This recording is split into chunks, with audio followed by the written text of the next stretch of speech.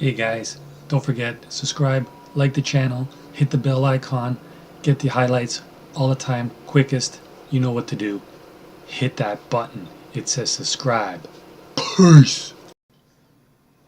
Hey guys, gals, everything in between. How's it going today? Hope you guys are all having a good day. I'm just starting this this video showing you guys comments, news, and all full of updates as far as this case is going about these two BC guys whose names I really don't even want to say right now. But then again, we don't know if they're guilty. All signs are pointing that they are. You know who I'm talking about. You can see the guy's names in the title of the video.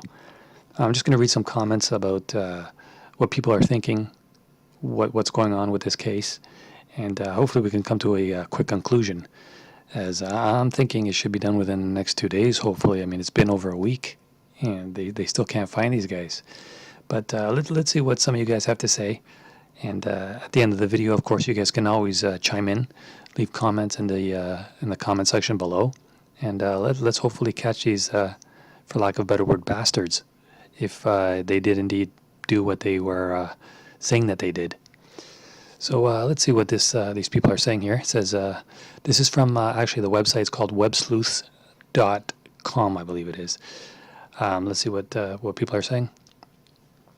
It's been since 4 hours ago. There's been over 12 pages already of people chiming in. This person says, I am packing up and heading out on my cross Canada road trip today. I'm not letting two punks deter me. I have tremendously enjoyed the discussions on here and felt the frustrations, stress as probably most have. I sincerely hope the suspects are captured alive soon. If they are not already deceased, if they are hiding out in someone's basement, I hope they man up and come out and face the music. Cheers all. See you soon in a few weeks, at which time I hope there will be positive developments. So, this is one is replying to this comment here. Absolutely, if the van could have been connected to the victims on July 15, police would have known the identity of the victims and the nature of the murders. Dr. Leonard Dyck would have known that he needed to be cautious regarding roadside stops due to random murders on July 15, and he very likely would not have been alone on the side of the road on July 19. Someone dropped the ball. RCMP followed protocol and notified the public of the murders as soon as they understood the situation. Unfortunately, that was delayed 3 days. So in response to that, this person wrote, the initial RCMP statement that I have in front of me is dated the morning of July 16, 3 days before Dyck was killed, and says that the first two deaths were being handled by the RCMP's Major Crimes Unit. One was replying to this comment, weird. What is weird in this, and I'm only going by memory, I remember hearing very early on, maybe the day after the couple were found, that Lucas was arguing with an older man at the side of the road. An eyewitness account was that it was an older bearded man. I'll see if I can find that story, but that sure sounds like Leonard. Reply was, that's correct. It was characterized as heated, but the article also mentioned frustrated. I'm not reading much into this, and I don't think it's in any way connected. A witness viewing an interaction may not understand the context. Every witness is going to have at least a slightly different interpretation of what they are seeing. These two are suspected of that crime, which means that this guy just can't be involved. I'm sure that multiple people interacted with this couple, and those events just weren't independently spotted. Besides that, Leonard was killed quite a distance away, and on a different day. We aren't allowed to link to him, but the reporter Josh Boswell has an interview with Travis Beghetti on his Twitter that points out the dump on a map. Are you able to pinpoint the location on this map? Let's see if I can pull it up here. No, I need to log in. I'm not going to log in right now, but there's a picture of the map there. This is the reply to the guy who says, I'm packing up and heading across my Canada road trip today. Guy says, I hope you have fun. RCMP shoot to kill. If someone is shooting at them, this is what they will do. Reply, doubt these punks have bulletproof vests. They might only have one gun between themselves. Law enforcement will shoot to incapacitate first and kill as a last measure. The punks would be way too outnumbered. Again. Absolutely. If the van could have been connected, the victims... Oh, this is the one where they were talking about the van. Reply was, although local media reporting the death the next day, July 16, but things are getting murky, And I can't recall when the big media outlets like CBC or CTV picked up the story. Another one with the stoppage. They certainly could have, and likely, in my opinion, did leave by some other means, train, boat, or walking. The composite sketch that was released looked nothing like Leonard, not even close. Let's see what else there is here. And talking about guns and stuff. The one talking about packing up and heading across the cross-Canada trip. Be careful. I don't know if you heard, but there are 2 murderous fugitives out there somewhere. You know what? We can't make life stop just because of these 2 bastards. That's my opinion. Let's see what else there is. They didn't announce they were murdered until they named Bryer and Kam as the suspects, did they? And how long did that take? Like 5-6 days? I highly doubt it took the RCMP 5 days to figure out what the tourists were murdered. RCMP finally gave us that info after they were basically forced to the Australian media. When tourists are murdered, that can be bad for tourism.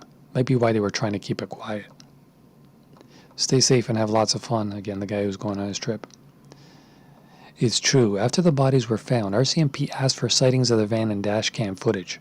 A road worker came forward and said that at 11:30 p.m. on July 14, she saw a bearded man, age omitted, either slightly shorter or taller, inconsistent reporting, than 6'3". Lucas, talking to the first 2 victims.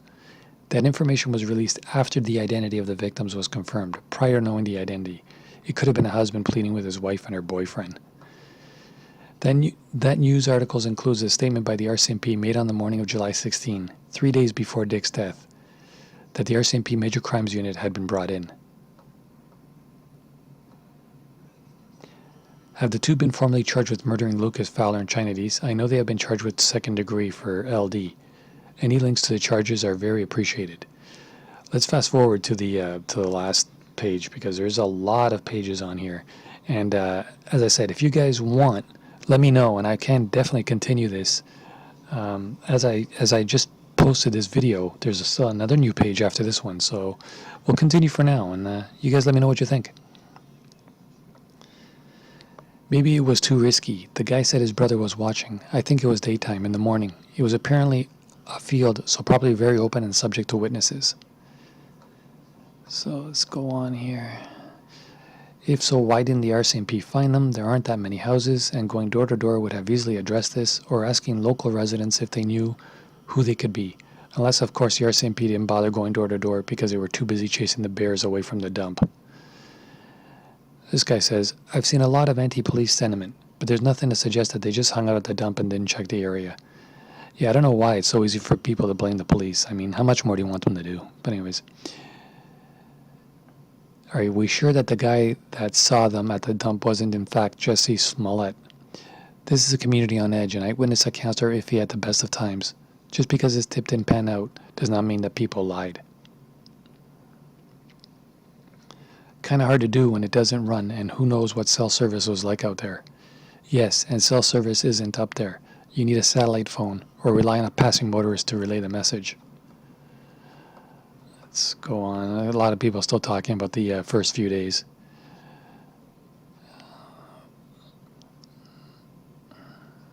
CTV called it a gray sweater at one point. It was called a sweatshirt later. Slip of the tongue. That's just being really wordy picky. I mean, at this point, I don't even think they're wearing the same things that they were in the pictures or videos that they showed back about a week and a week and a half ago. Let's see. And the Bear Clan people have variously described the pair seen at the dump as bolting, staggering, zigzagging, and scuffling back into the woods.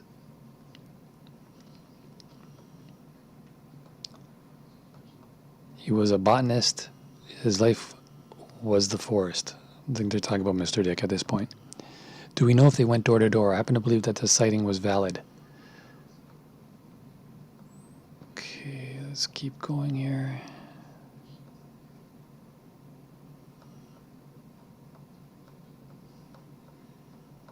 A lot of people trying to be sleuths. Hopefully one could figure this out. But the bottom line is it's going to take the RCMP to come out and find them. A couple more posts and then we'll be done for now. It's back to the campers. They're talking about the campers being burned.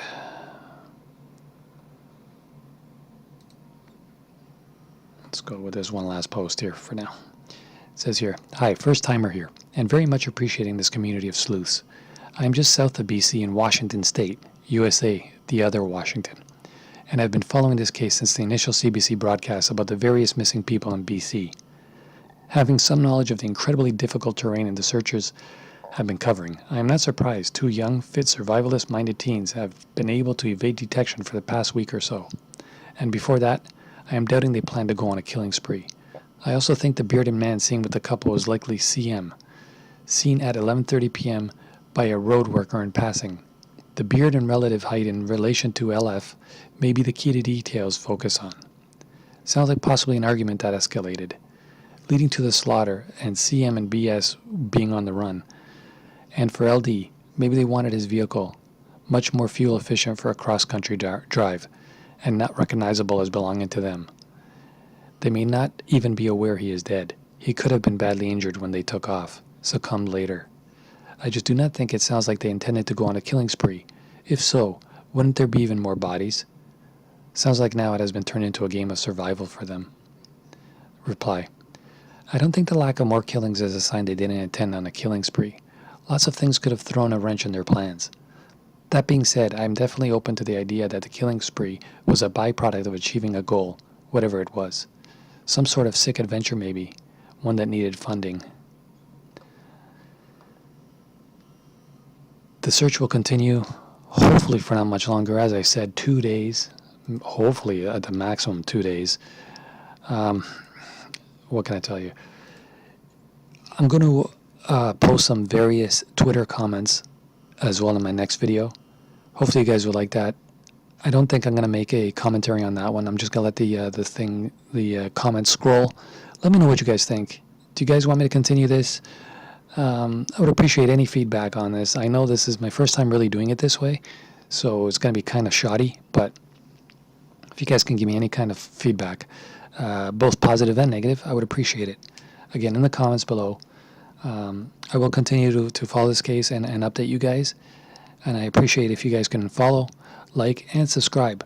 As a new YouTuber, it's kind of hard to get subscribers first time out, but I'm doing my best, and hopefully giving you guys enough content that make it worthwhile for you guys to jump on board and follow me. And like I said, any kind of suggestions, I would really appreciate it. Thanks, guys, and I'll see you on my next video. Again, let's hope we catch these bastards ASAP. For now, I'm out. Peace.